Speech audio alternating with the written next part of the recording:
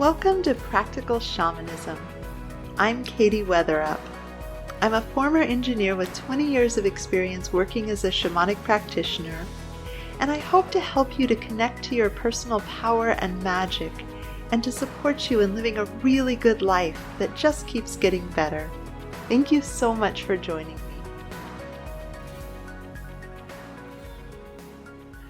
One of the things that I'm incredibly passionate about is helping people who want to lose weight to do so without struggle or self-recrimination.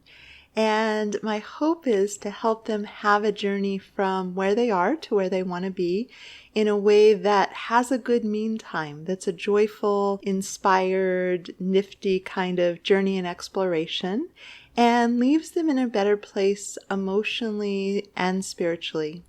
So one of the ways I want to preface this discussion is by saying that I come down very strongly on the side of body positivity. So I am completely for beauty at any size and seeing the beauty in people. And I am angry and outraged on behalf of everyone who has ever had someone make them feel that their worth was reduced because of their size or that their body should be different or wasn't okay. I really believe in healthy at any size, and I minored in women's studies, so I'm really well versed in how much crazy, weird societal stuff goes on to our physical bodies. And women get the most intense brunt of it, but men do as well. It just tends to show up at a little bit of a larger size for men. But across the board, there's this really intrusive, appalling other people in your business about how your body is. So in framing how to lose weight without struggle, first of all, I don't have the opinion that anyone should lose weight. I think it's a very personal decision, and I don't think anyone else is particularly entitled to an opinion about that. And that being said, one of the things that I often hear from my clients is a longing to lose weight, and that they've had struggle with this and that they haven't been successful, and that it's a pain point. And so I really honor that as well. So I'm holding your body is perfect exactly as it is, and anybody who tells you otherwise is being an appalling jerk, to say it in the way that still keeps my clean rating on the podcast. And if it's something that lives inside of you, if it's an authentic desire, I'd love to give you some support that may help you to have better success in a more graceful and elegant fashion. So before I go too much further, if you're a woman who'd like more direct support around this, and I'm including transgender women in this, as well as non-binary people who've mostly been experienced as a woman by people who don't know you, I have a Facebook group. It's totally free, and so if you want to jump on, I'll link it in the show notes, and you're totally welcome to join. There's some questions that are required to answer, including agreeing to the community agreements, but I'd love to support you. And guys, I'm sorry not to include you in this space. It's just that there are some really specific, vulnerable, messy, complicated cultural dynamics that get put onto bodies that are perceived as female around weight, and so I'm creating a really specific container. Also, I hear this request a lot more from women than for men, so I'm specializing. That being said, my full shamanic weight loss program, guys, you're totally welcome. There's maybe 5% or 10% that is pretty gender specific, which I think is a great thing to know more about as a man who's living in a world with women and dealing with a lot of us. And most of it is non-gender specific. So you're so invited into the program. I'd love to hold space for you there. And I'll link both of these below in case you're interested in going further with this. So given that I've already created hours and hours of content on this subject and still have more to say, I'm going to try to distill this down into a length of podcast that someone would enjoy listening to. So when it comes to weight loss, two of the first things to think about are, what is your peaceful reason for losing weight, and how do you have a good time in the meantime?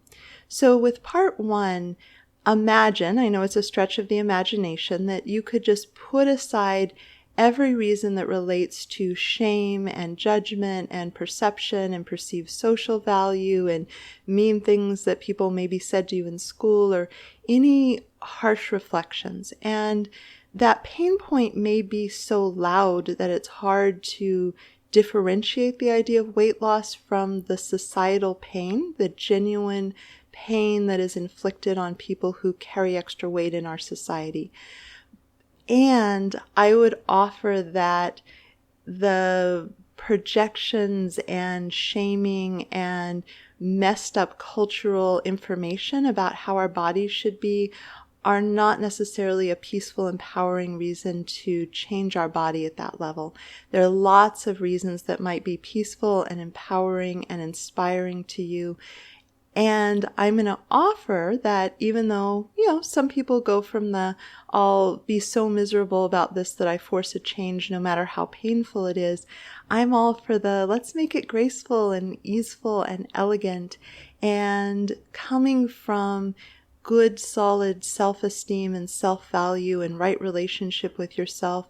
And frankly, the social skills to bounce anybody who is behaving in a intrusive fashion.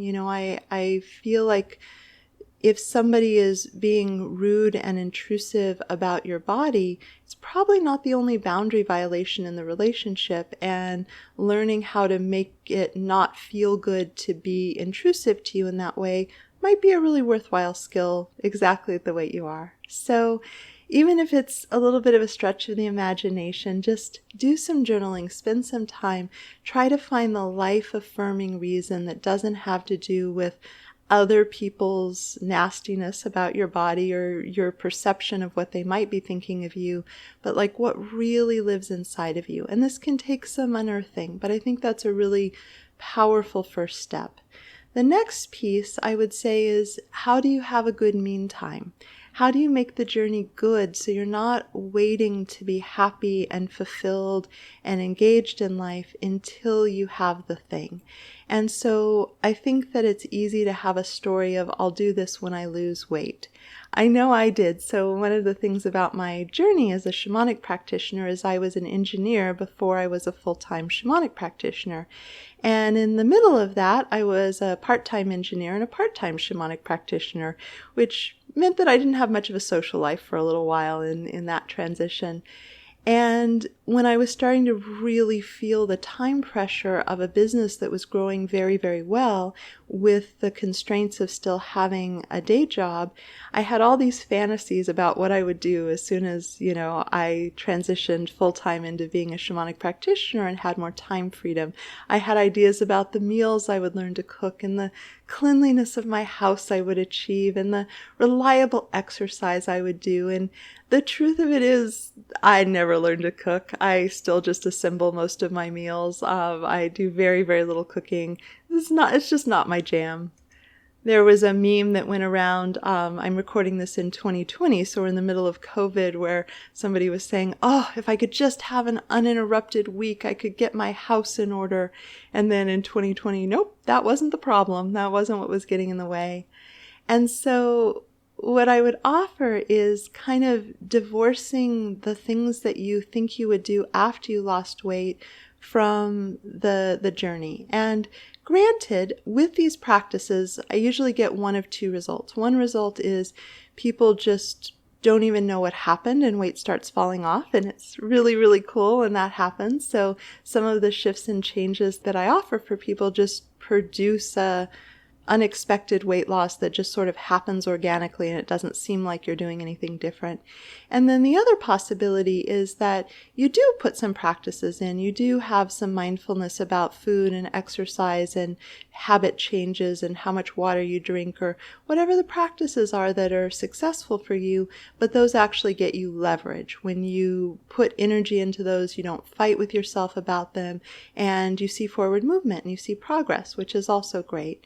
And so if you're in the latter category, for sure, losing weight takes time and bandwidth. So there is going to be if you're logging all the food that you eat to get a handle on how many calories you're eating and what the balance is, and you're learning a new skill and you're prepping vegetables so they'll be the most convenient thing to grab, then yeah, that's going to take time. So there may be a art project that you postpone. You're like, wow, I'm really full. I've got work, I've got kids, I've got, this endeavor to, shift my lifestyle in a healthy way that produces the result of losing weight.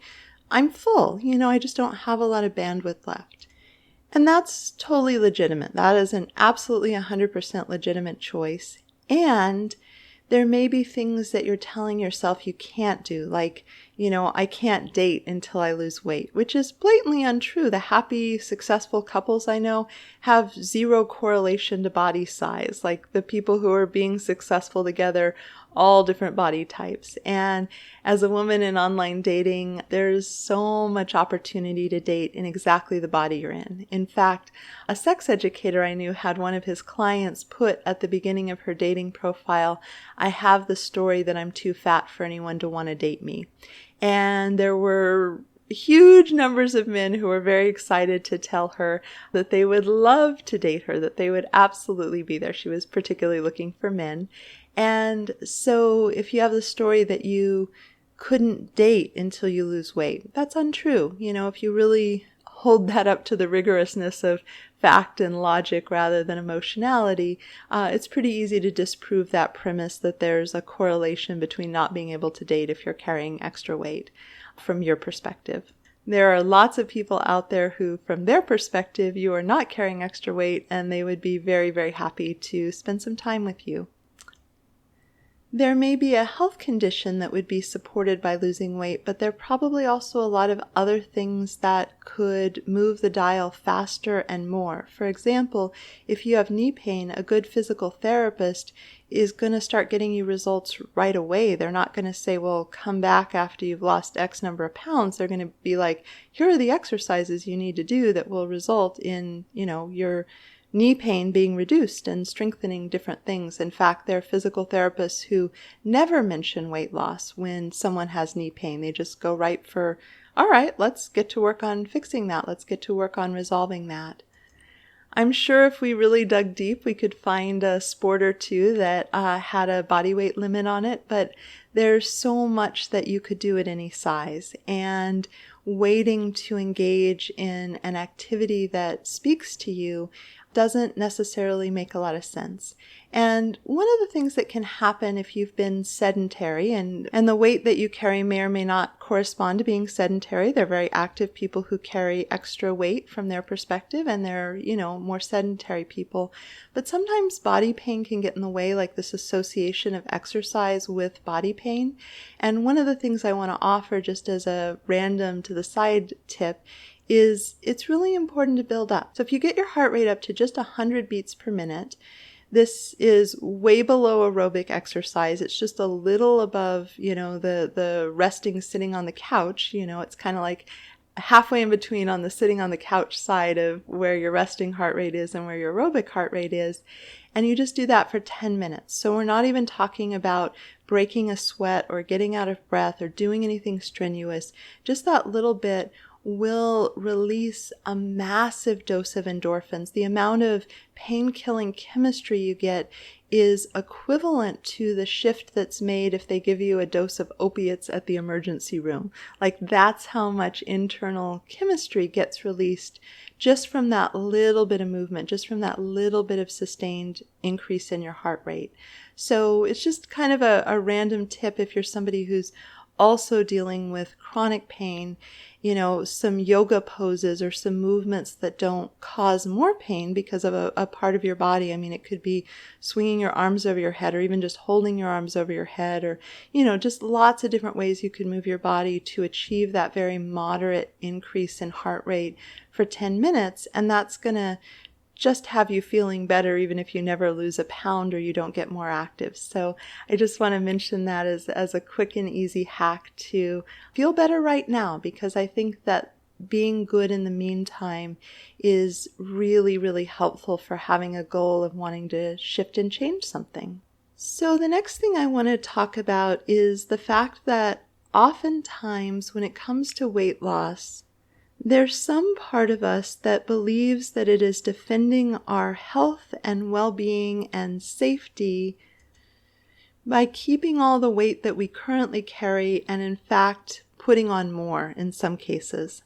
And if you've been on this journey for a while, if this has been a pain point that is considerable enough to get your focused attention, you've probably had a good bit of being in argument with yourself, where one part of you has this idea for a very strict, regulated diet routine or exercise regime, and you're like, starting tomorrow, I'm going to do this and that, and I'm going to skip the vending machine, or whatever your protocol is that you've come up with. And then you find yourself in the experience of not doing what you planned. And then there's this frustration. It can lower the sense of self-efficacy, which is our ability to do what we intend. It's one of the positive benefits when people take on some crazy challenge, is they increase their sense of self-efficacy. And so I would recommend going into this with a more relaxed feeling of, my intent is this, and who knows what I'll do. I don't know if I'll eat a candy bar tomorrow. I don't know if I'll stick with it, but I'm going to stay in conversation with myself in a really focused way until I troubleshoot this and I find a way to make the shift. So I'm not done until I make the shift. But it gives you this grace of not insisting on this is how it's going to be, and then it turns out that the tension that arises in your body by trying to make perhaps too large a change too quickly under too much emotional or psychological pressure proves unsustainable, it proves unavailable.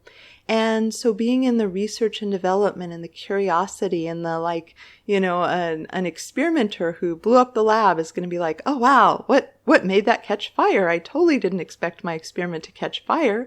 I want to find out. So that sense of curiosity and engagement with, well, where did I go off? I planned not to hit the vending machine in the afternoon, and then I did. What do I think went into that? Well, what do I want to try next? Okay, what do I want to try next? So that beginner's mind, that growth mindset, everything is figure outable. I haven't figured out weight loss yet, but hey, it's figure outable. Lots of people figure it out. There's endless human ingenuity about this. And if it's something you've been working on for a long time, you probably have a lot of different little bits of wisdom that maybe you start to weave together into your secret sauce that makes it a really easy, sustainable kind of thing.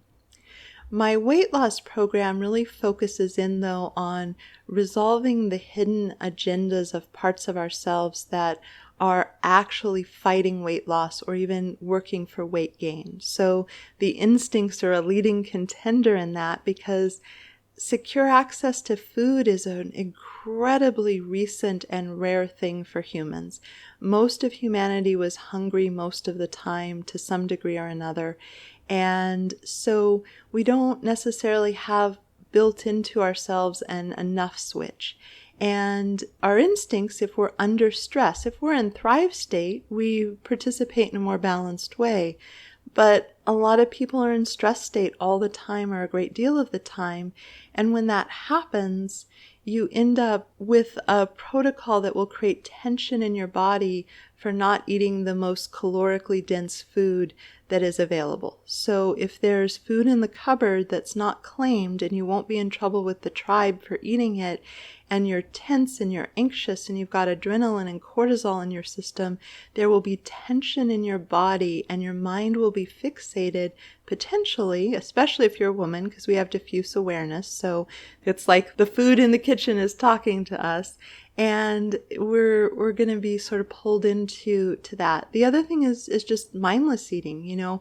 It's a good idea. We're designed to wander around and put food in our mouths. So walking past the kitchen, grabbing a snack is a good idea. And why wouldn't you grab the one that has the best reward chemistry? So the chocolate covered almonds are going to be a lot more appealing than the plain unsalted raw almonds for most of us, just because we get biological rewards for that. And for women, we live in a society with a lot of sexual intrusion and way too much sexual violence. And the way we're wired is, even if we have 1,000 encounters with men that are kind and benevolent and supportive, our mind's going to value tag the one jerk who made a really intrusive comment about our body as we were going along. And if you have a history of sexual trauma, one of the ways to reduce the sexual objectification that you experience as a woman is to carry extra weight. So I absolutely believe women can be radiantly beautiful and attractive and desirable at any size. However, our society objectifies thin women. They are made into sexual objects rather than people, which means there's a reality that you have the potential for being more objectified and having more encounters with men that are intrusive, that are sexually intrusive, where they're trying to meet their sexual needs, where they're not paying attention to you as a person. And this triggers a lot of fear. It's scary to displease a man who's bigger and stronger by telling him, please take your eyes off my breasts, or no, it's not okay for you to step into my personal space and put your hand on my shoulder. These are not unrecent examples in my own life. And when you develop a really good, solid foundation of feeling confident and having your voice and having your power and being able to take care of yourself and sort of this idea of safety as an inside job, which includes maybe not walking by a dark parking lot by yourself, but also the instincts can get triggered in a crowd at Costco with lots of physical safety at the level of fact. Like, our instincts aren't real factual in what they freak out about.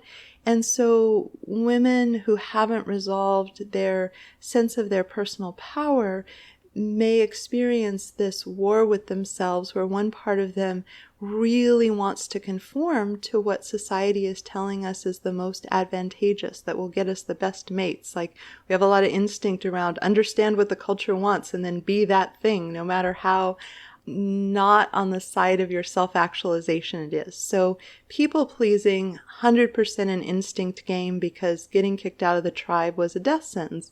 Collaborating for win-wins, total act of human spirit. You have to overcome your instincts to be in a, I want what's good for you and I want what's good for me, and I'm committed to finding that, or I'm going to go engage my energies somewhere else or in some other way. Like, that's a really adult, amazing who you are at the deepest levels, being in the driver's seat. But if the instincts are in the driver's seat, they're just going to vote people please, tell everybody what they want to hear. And similarly, if you're a woman in this society, your instincts are probably going to say, okay, the culture really values thin. You should probably lose some weight. Stressed and overwhelmed at work, you should lose some weight. Having trouble in your marriage, you should lose some weight. Your podcast isn't getting the downloads you want, lose some weight. That would be a good idea. It has this bizarre solution to things that have nothing to do with the size that you are. And recognizing that if you have a safety strategy that is about carrying extra weight to avoid being sexually objectified, and also a safety strategy about being pleasing for what the culture wants, it's really loud inside of you all the time in a really incoherent kind of way that is our instincts responding to society. And so knowing that can help you kind of to unpack that and start to figure out how you can feel safe losing weight and not having that extra armor. Whole nother topic is energetic sensitivity. I'm not going to go into that here, but carrying extra weight really does make the world quieter if you're an energetically sensitive person. And so learning to be able to build really effective energetic shields is also really helpful. And that's something that I teach, and it's also something, if you want the best manual I've come across, Psychic Protection by Ted Andrews is a really good resource. And building your energetic shields, if you're a sensitive, empathic person, is probably going to be another key factor in not having some part of you fighting desperately to hold on to the weight as a safety strategy. And so I know this is just the tip of the iceberg, but I hope there's some things that give you an aha or a new possibility, or a way to really just have some deep compassion for yourself when you plan a strategy for weight loss and then it doesn't get implemented. We have a lot of ways that we need to move counter to what would have been the right choice for our ancestors. And there's a tension that gets created in doing so that often when we're full or busy or overwhelmed has us acting counter to what science would tell us is a good idea because our instincts tell us a misguided thing. Even exercise, if you're tired, we know it's really good for you, but the instincts will be like, yeah, you're tired. Don't go burning energy if it's not worth it. Like people who just ran around and frittered away their scarce calories, not actually hunting something down or gathering food for dinner, had a harder time of it. So there's a lot that's programmed in, and starting to unpack it and understand it, first of all, it can just give you more compassion, but then also really give you the ability to provide your instincts with adult supervision, to really take the helm, to resolve the concerns of these parts that are sensitive to energy or overwhelmed by sexual intrusion, or, screaming at you to eat more because, you're under stress at work. Like, you can benevolently address the needs of those parts in a way that they won't be fighting in the background to hang on to the weight you have or even to gain more weight. So I know this can be a really tender topic, so thank you so much for trusting me enough to engage with what I had to say. And again, if you feel called, I love my weight loss program. I don't have the story that anyone should lose weight, but if that's something that you want, I go a lot more into all the things that I'm talking about here. And the Facebook group is totally free. Just make sure you actually fill out all the questions at the beginning, because I have some really strong community agreements, and I want to make sure that those are something that you're willing to abide by if you're going to come share space with me there.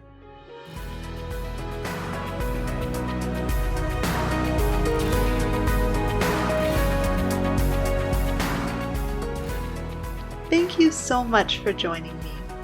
To learn more about me and my work, please visit my website at handsoverheart.com. There you can join my mailing list for access to free bonus content in the members-only area.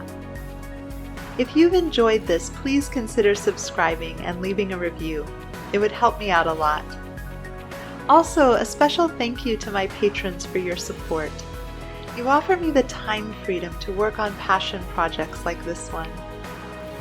If you'd like to receive personal shamanic support from me and my team of guides, please consider joining my Patreon community. You'll find the link below. And again, thank you so much for listening. This is Katie Weatherup, wishing you wholeness and happiness.